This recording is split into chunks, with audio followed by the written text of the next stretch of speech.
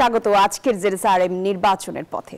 আগামী ত্রয়োদশ জাতীয় সংসদ নির্বাচনকে কেন্দ্র করে সংশ্লিষ্ট সব সংবাদ জানতে প্রতিদিন এই সময় অর্থাৎ ঠিক 4:30 নিউজ 24-এ আপনাদের সঙ্গে আমরা হাজির হয়ে যাই। আজ আমি জান্নাতুল কুলি আপনাদের সঙ্গে আছি। আমরা প্রতিদিন জানবো একটি করে জেলা এবং তার সকল সংসদীয় আসনের তথ্য এবং আদ্যপান্ত। আর সেই সাথে আমরা সরাসরি যুক্ত হবার চেষ্টা করব, জানবো সেখানকার সেই জেলার বিভিন্ন দলের প্রার্থীদের প্রস্তুতি এবং ভোটারদের প্রত্যাশার কথা।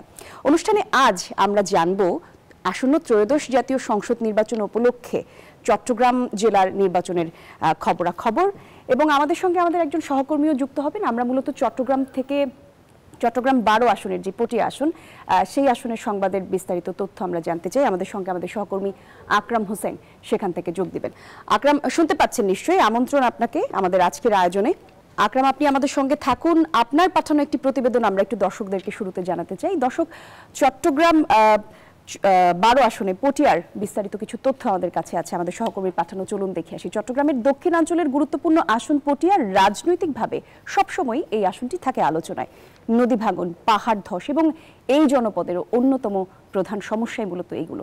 এছাড়াও কর্মসংস্থান, সার্বিক নিরাপত্তা ব্যবস্থা জোরদারের দাবি এবং ভোটারদের এই দাবিগুলো রয়েছে। একই সাথে কৃষি নির্ভর শিল্প কারখানা তৈরি সহ সন্ত্রাস, চাঁদাবাজ মুক্ত পটিয়া গড়ার প্রতিশ্রুতি দিচ্ছেন সম্ভাব্য সব দলের প্রার্থীরা।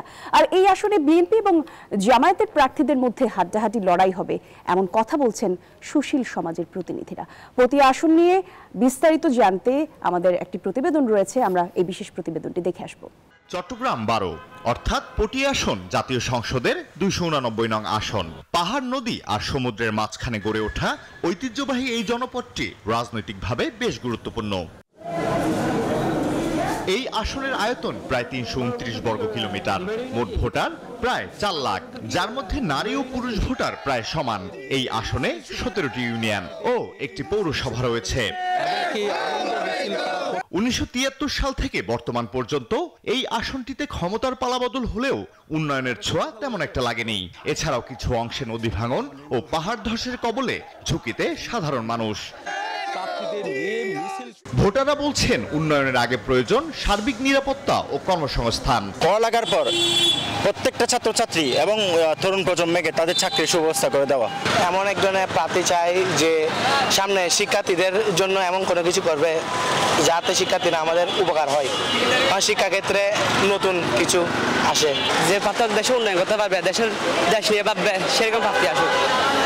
সেরকম প্রার্থী দেশের উন্নয়ন হবে, জনগণের উন্নয়ন হবে। অবকাঠামোগত উন্নয়ন সহ সন্ত্রাস ও চাঁদাবাজ মুক্ত পটিয়া গড়ার অঙ্গীকার দিচ্ছেন সম্ভাব্য প্রার্থীরা। এখানে বেকার সমস্যা কিছুদিন আগেও চট্টগ্রাম পটিয়া থেকে টোটাল চট্টগ্রাম থেকে অনেক লোককে ব্যাংক থেকে ছাঁটাই করেছে।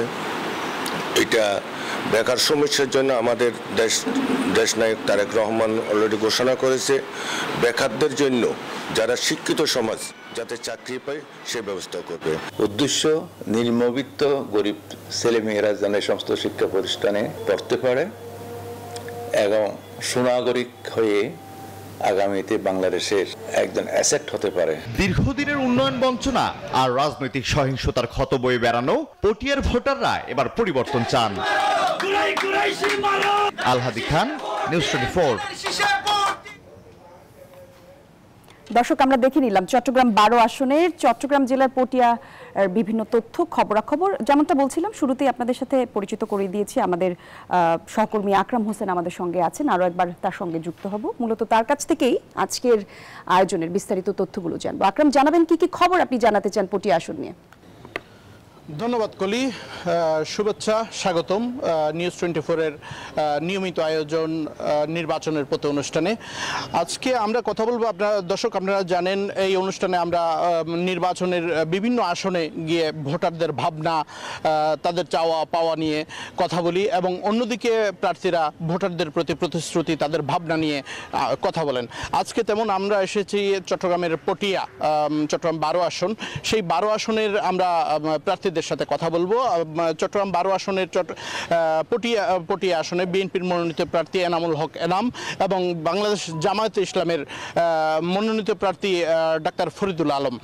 আমরা আজকে বিএনপির মনোনীত প্রার্থী জনাব এনামুল হক এনাম তার নির্বাচনী কাজে ব্যস্ত থাকার কারণে তিনি আমাদের কিছুক্ষণ আগে আমাদের সাথে কথা বলেই দুঃখ প্রকাশ করে চলে যেতে হয়েছে তার, যার কারণে তার একজন প্রতিনিধি আমাদের সাথে কথা বলবেন এবং আমরা একটু কথা বলবো এনামুল হক এনামের প্রতিনিধি জনাব খুরশেদ আলম, যিনি পটিয়া উপজেলা বিএনপির সাবেক সদস্য সচিব। আচ্ছা, একটু জানাবেন আপনাদের দলের পক্ষ থেকে যিনি মনোনয়ন পেয়েছেন এবং আপনাদের সেই মনোনীত প্রার্থী আসলে আপনাদের প্রতিশ্রুতি কি, ভবিষ্যৎ আপনারা এই পটিয়ার জন্য কি করতে চান?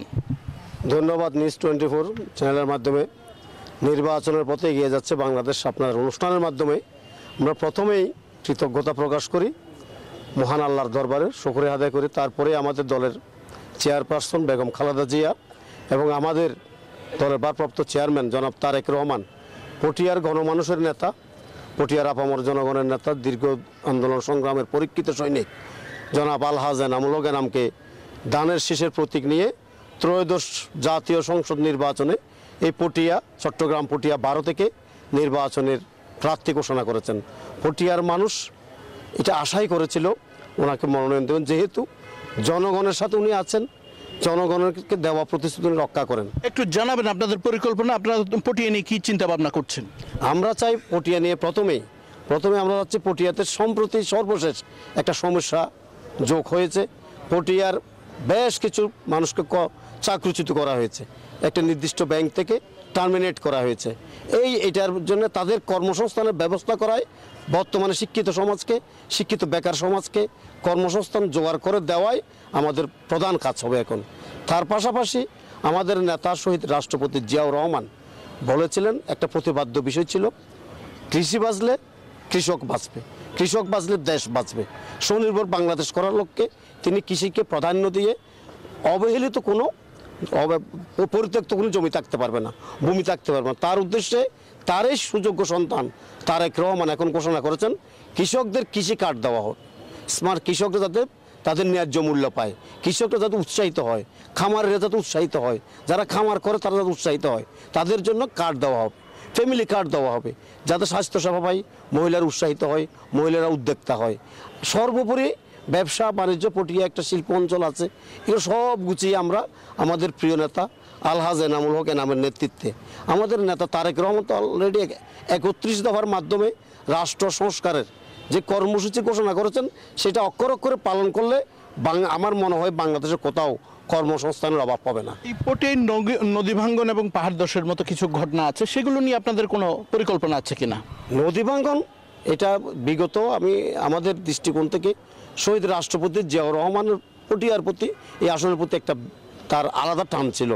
স্বাধীনতার ঘোষণা দেওয়ার পরে 71 সালের মুক্তিযুদ্ধের ঘোষণা দেওয়ার পরে কালুরঘাট বেতার কেন্দ্র থেকে তিনি পরবর্তীতে পটিয়া অবস্থান করেছিলেন। পটিয়ার অলিগলি তিনি চিনতেন, পটিয়ার নদী নালা খাল পর্বত সব কিছু চিনতেন।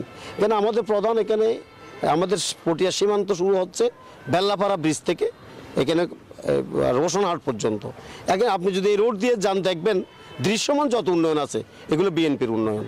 এখন নদী ভাঙ্গার যে সমস্যাটা এটা প্রাকৃতিক কারণ হয়ে থাকে। আমরা চাইব যাতে কোনো মানুষ, কোনো একটি পরিবারও যাতে নদী ভাঙ্গনের কারণে তাদের বাড়িভিটা হারাতে না হয়, সেই ব্যবস্থা আমাদের নেতা অবশ্যই গ্রহণ করবেন। জনগণ যদি আপনাদের ম্যান্ডেট দেয় তাহলে চাঁদাবাজি এবং দখলবাজির বিষয়ে আপনাদের অবস্থানটা কি থাকবে? এখানে প্রথমেই আমি আপনাকে বলি, আমরা বিগত ফ্যাসিস্ট সরকারের আমলে যে 15টা বছর তারা বারবার বলেছিল উন্নয়নের জোয়ার বয়ে গেছে। আমরা দেখেছি এখানে আসলে কোনো উন্নয়নের জোয়ার বয়ে যায় নাই, মাদকের জোয়ার বয়ে গেছিল। পটিয়াতে অলিতে গলিতে ইয়াবা নামক একটা মাদক সর্বগ্রাসী হয়েছিল এবং তাদের আমলেই আমরা দেখেছি বালু সন্ত্রাস, যেটা এটা আওয়ামী লীগের আমলে হয়েছে, জায়গা জমিন দখল আওয়ামী লীগের আমলে হয়েছে। আওয়ামী লীগের এখানে তারা যেহেতু কোনো জবাবদিহিতা ছিল না, ভোট তারা জনগণ থেকে নেয় নাই, আর দিনের ভোট রাতে হয়ে গেছে, ভোট আর বিহীন সরকারের কোনো জবাবদিহিতা থাকে না, সুতরাং তারা সন্ত্রাস চাঁদাবাজিতে করেছে। আমাদের নেতা আলহাজ এনামুল হক এনাম বলেছেন যে জিরো টলারেন্স, কোনো দখলবাজি পটিয়াতে চলবে না। বিএনপির কোনো নেতা কর্মী কোনো দখলবাজি যদি জড়িত থাকে তাহলে যদি প্রমাণ দেন, মামলা স্পেসিফিক তারেক রহমান বলেছেন, নির্দিষ্ট করে মামলা করার কথা বলেছেন। এবং আপনাদের কাছে যদি কোনো অভিযোগ থাকে, অভিযোগ দিলে যত বড়ই নেতা হোক, সেটা যদি আমার বিরুদ্ধে কোনো অভিযোগ এসে থাকে, প্রমাণিত থাকে, আমাকেও দল থেকে বাইর করে দেওয়া হবে। বর্তমান তথ্য প্রযুক্তি নির্ভর বাংলাদেশ, তরুণ প্রজন্মের প্রতি আপনারা তথ্য প্রযুক্তি নিয়ে কোনো চিন্তা ভাবনা করছেন কিনা? এটা অবশ্যই আমাদের নেতা স্মার্ট বাংলাদেশ করার লক্ষ্যে বিএনপির ভারপ্রাপ্ত চেয়ারম্যান তারেক রহমান, ওই যে আপনাকে বললাম 31 দফার মধ্যেই সব কিছু আছে। ধন্যবাদ। আমরা এতক্ষণ ছিলাম চট্টগ্রাম 12 আসন পটিয়া। আসলে প্রার্থী বিএনপির মনোনীত প্রার্থী এনামুল হক এনাম উপস্থিত থাকতে না পারায় তার প্রতিনিধির কাছ থেকে আমরা জানছিলাম আসলে বিএনপির পরিকল্পনাগুলো কি, প্রস্তাবনা কি, প্রতিশ্রুতিগুলো কি। তিনি সেই প্রতিশ্রুতিগুলো বলছিলেন এবং আমরা এখন যাব বিরতিতে, পরবর্তীতে আবারও ফিরে আসবো। কলি, ধন্যবাদ আপনাকে আকরাম। দর্শক, যেমনটা আকরাম বলছিলেন, আমরা আরো কিছু তথ্য জানবো, তবে জেডএসআরএম নির্বাচনের পথে এই মুহূর্তে একটা ছোট্ট বিরতি নিতে হচ্ছে। আপনারা আমাদের সঙ্গে থাকুন, ফিরছি একটু পর।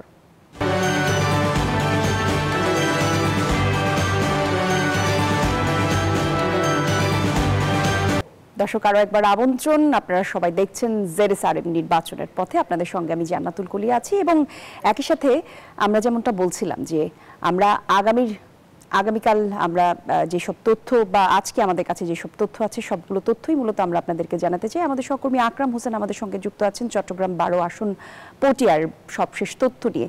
আমরা আরো একবার চলে যাব আকরামের কাছে। আকরাম, জানাবেন হাতে থাকা বাকি সব তথ্যগুলো। আসলে চট্টগ্রাম 12 পটিয়া আসনে বিএনপি থেকে মনোনীত প্রার্থী হচ্ছেন এনামুল হক এনাম এবং বাংলাদেশ জামাতে ইসলামীর প্রার্থী হচ্ছেন ডাক্তার ফরিদুল আলম। আসলে আজকে দুইজন প্রার্থী কিন্তু আমাদের সাথে তাদের ব্যক্তিগত ব্যস্ততার কারণে অনুষ্ঠান শুরুর কিছুক্ষণ আগেই তারা উপস্থিত হতে পারবেন না বলে আমাদেরকে জানিয়েছেন, যার কারণে আমরা আপনার মাধ্যমে দর্শকদের জানাতে চাই বিএনপির মনোনীত প্রার্থী জনাব এনামুল হক এনামের প্রতিনিধি জনাব খোরশেদ আলমের সাথে কথা বলছিলাম এবং তিনি জানাচ্ছিলেন আমাদেরকে পটিয়া নিয়ে বিএনপির আসলে তাদের পরিকল্পনা, প্রতিশ্রুতি এবং ভাবনা কি আছে। তো জনাব খোরশেদ আলম, একটু জানাবেন পটিয়া নিয়ে এখন পর্যন্ত আসলে অন্যান্য দল থাকতে বিএনপিকে কেন মানুষ বেছে নিবে এবং বিএনপিকে কেন মানুষ ভোট দিবে? কারণ বিএনপির উপর জনগণ আস্থা রাখে, বিএনপি কথা দিয়ে কথা রাখে। এ পর্যন্ত আমি আপনাকে বললাম, এই যে আমার সামনে বসা পটিয়া কলেজ, এটা জিয়াউর রহমান সাহেব সরকারিকরণ করেছেন। পটিয়াতে ফায়ার ব্রিগেড বিএনপি করেছে, পটিয়ার হাসপাতাল বিএনপি করেছে, পটিয়ার টেলিফোন এক্সচেঞ্জ বিএনপি করেছে, এই যে আরকান সড়ক এটার উন্নয়ন বিএনপি করেছে, পটিয়া বোয়ালখালী সড়ক বিএনপি করেছে, পটিয়া হাইদগাঁও সড়ক বিএনপি করেছে, বিপিন বিহারী সড়ক বিএনপি করেছে। আপনাকে বললাম বেল্লাপাড়া থেকে শুরু করে আপনার রোশনহাট পর্যন্ত দৃশ্যমান যত সড়ক দেখবেন সব সড়ক বিএনপি করেছে। বিগত চলমান হিসাবে এগুলো অন্যান্য যারা ছিল মাঝখানে সরকারে তারা রক্ষণাবেক্ষণ করেছে, মাত্র উন্নয়ন প্রকল্প তারা হাতে নেয় নাই, যার কারণে পটিয়ার মানুষ বারবার বিএনপির উপর আস্থা রাখে।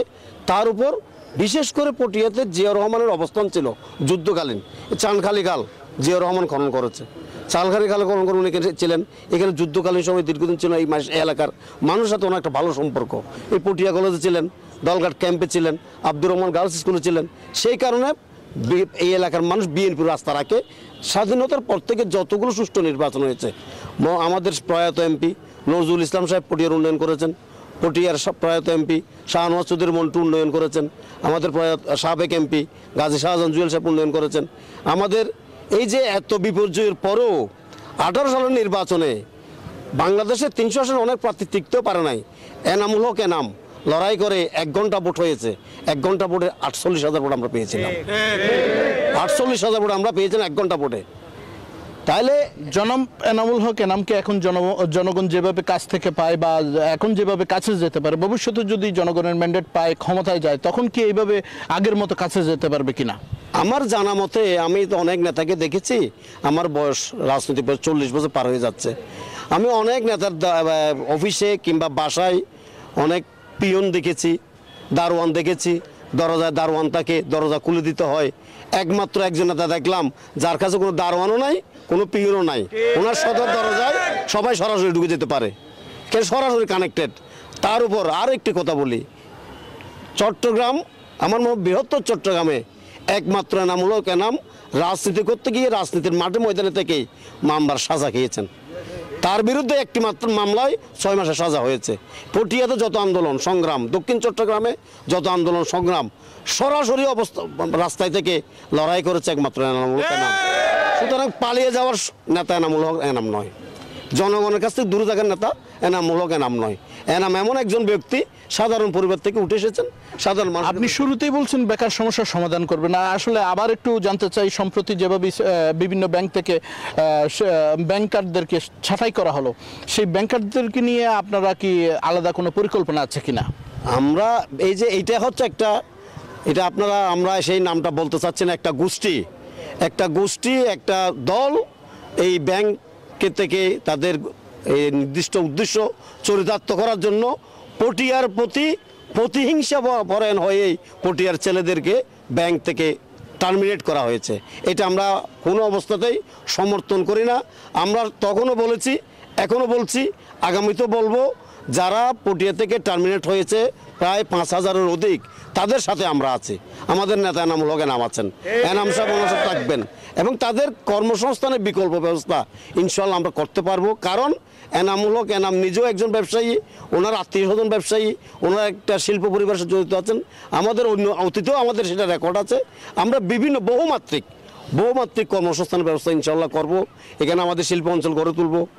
আমরা রাস্তাঘাট, এই যে বিভিন্ন কৃষি খামার, কৃষকের পতিত জমিগুলো আমরা ডেভেলপ করার চেষ্টা করব। এই যে দুগ্ধ খামার করার চেষ্টা করব, ডেইরি ফার্ম করব, পোলট্রি ফার্ম করব। যেখানে যতটুকু পারা যায়, যেখানে উদ্যোক্তারা যে উদ্যোগ নেবে, সেখানে আমাদের নেতা অবশ্যই সহযোগিতা করবেন। পটিয়ার শিক্ষা এবং স্বাস্থ্য নিয়ে আপনাদের কোনো পরিকল্পনা আছে কিনা একটু জানাবেন। পটিয়ার শিক্ষা ব্যবস্থা তো উন্নয়ন বিএনপির আমলে হয়েছে, এটা ধারাবাহিকতা আমরা অবশ্যই রক্ষা করব।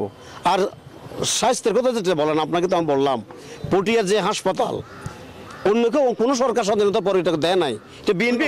আমরা আবার আসবো। আমরা এতক্ষণ কথা বলছিলাম চট্টগ্রামের পটিয়া 12 আসন, চট্টগ্রাম 12 আসন, সেই 12 আসনের আসলে সমস্যার সম্ভাবনা এবং ভোটারদের ভাবনা নিয়ে কথা বলছিলাম এবং প্রার্থীদের পক্ষ থেকে প্রতিশ্রুতির কথাও জানাচ্ছিলেন। আমরা একইভাবে এই নির্বাচনের পথ অনুষ্ঠানের মধ্য দিয়ে বাংলাদেশের প্রতিটি আসনে গিয়ে প্রার্থীদের ভোটারদের প্রতি প্রতিশ্রুতি এবং ভোটারদের ভাবনা প্রত্যাশা নিয়ে কথা বলি। এখন পর্যন্ত চট্টগ্রামের পটিয়া থেকে আমার কাছে ছিল সর্বশেষ অবস্থা। আমরা এখন যাব স্টুডিওতে। কলি আকরাম, আপনাকে অসংখ্য ধন্যবাদ এবং দর্শকদেরকে যেমনটা বলছিলাম, প্রতিদিন নানা রকমের প্রতিনিধিদের সঙ্গে নিয়ে আমাদের সহকর্মীরা আমাদের সঙ্গে যুক্ত হচ্ছেন এবং জানাচ্ছেন ভোটের মাঠের খবরাখবর।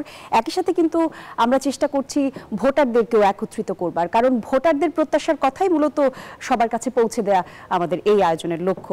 আর সেই সাথে আমাদের অনুষ্ঠানের একদম শেষ পর্যায়ে আমরা চলে এসেছি। তার আগে যেটা আসলে বলতে চাই, দর্শক আপনারা চোখ রাখবেন প্রতিদিন ঠিক এই সময়ে। আমরা একই সময় হাজির হয়ে যাই ZSRM নির্বাচনের পথে সবশেষ খবর নিয়ে। আগামীকাল একই রকম সময় আমরা হাজির হব। দেখার আমন্ত্রণ রইল। ধন্যবাদ সবাইকে।